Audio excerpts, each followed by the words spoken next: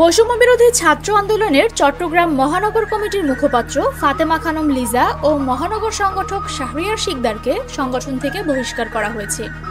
শনিবার সংগঠনটির মহানগর কমিটির আহ্বায়ক আরিফ মঈনুদ্দিন ও সদস্য সচিব নিজামুদ্দিন স্বাক্ষরিত পৃথক আদেশে এই সিদ্ধান্ত জানানো হয়। তবে বহিষ্কারের আদেশের বিরুদ্ধে কঠোর প্রতিক্রিয়া দেখান ফাতেমা খানম লিজা। তিনি দাবি করেন, যদি কেউ আমার বিরুদ্ধে আনা অভিযোগ প্রমাণ করতে পারে তাহলে আমি আইনের কাছে জবাবদিহি করব, কিন্তু যদি প্রমাণ করতে না পারে তাহলে আমি তার বিরুদ্ধে আইনি ব্যবস্থা গ্রহণ করব। কিন্তু এর কিছুক্ষণ পরেই ফাতেমা খানম লিজার মাদক সেবনের একটি ভিডিও সামাজিক যোগাযোগ মাধ্যমে ভাইরাল হয়। এই ভিডিওটি নিয়ে নতুন করে আলোচনা সৃষ্টি হয়েছে। আমি ফাতেমা খানম লিজা আজকে চট্টগ্রাম মহানগরের বৈষম্য বিরোধী ছাত্র আন্দোলনের আহ্বায়ক আরিফ মঈনুদ্দিন এবং সদস্য সচিব নিজামুদ্দিন আমার বিরুদ্ধে যে দুটি এলিগেশন এনেছে, প্রথমত এলিগেশন দিয়েছে মাদক সেবনকারী।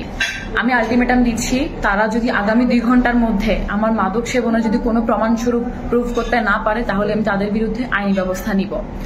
এবং দ্বিতীয়ত হচ্ছে অনিয়ন্ত্রিত জীবন নিয়ে, সম্পূর্ণ বেসলেস একটা ইস্যু। তো আমার কথা একটাই, আমার বার্তা থাকবে একটা, আমার মেসেজ একটাই, যদি তারা আগামী 2 ঘন্টার মধ্যে এর কোনো প্রমাণ বা প্রুফ করতে না পারে মাদকের বিষয়ে, তাহলে আমি তাদের বিরুদ্ধে আইনানুগ ব্যবস্থা নিতে বাধ্য হব।